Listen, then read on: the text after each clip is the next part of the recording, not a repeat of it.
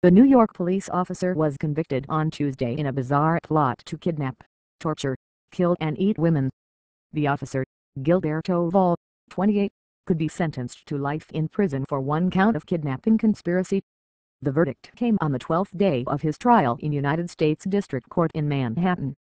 The officer was also convicted of illegally gaining access to a law enforcement database that prosecutors said he had used to conduct research on potential victims. He faces up to 5 years in prison on that count, prosecutors said.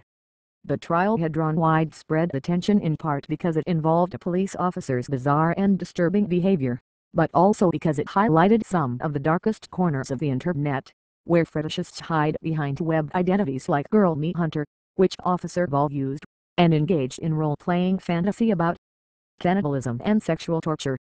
Officer Val, who worked in the 26th Precinct in Upper Manhattan, had planned his crimes with 3 co-conspirators through one such website, prosecutors said.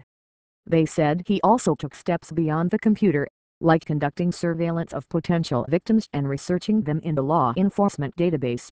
The evidence proves beyond a reasonable doubt that Officer Val's plans were real, that he was serious, that he was not just entertaining himself, the prosecutor, Hadissa Waxman, told the jury on Thursday. He would have carried out a plan if he thought he could get away with it, she added. Officer Val's lawyers told the jury that their client had merely been involved in role-play and never intended to harm anyone. It was all fantasy, sick, twisted, ugly fantasies, traded on the computer, Julia Elgato, a federal public defender, said in her summation on Thursday. That's what this prosecution rests on, the ugliness of guilt thoughts.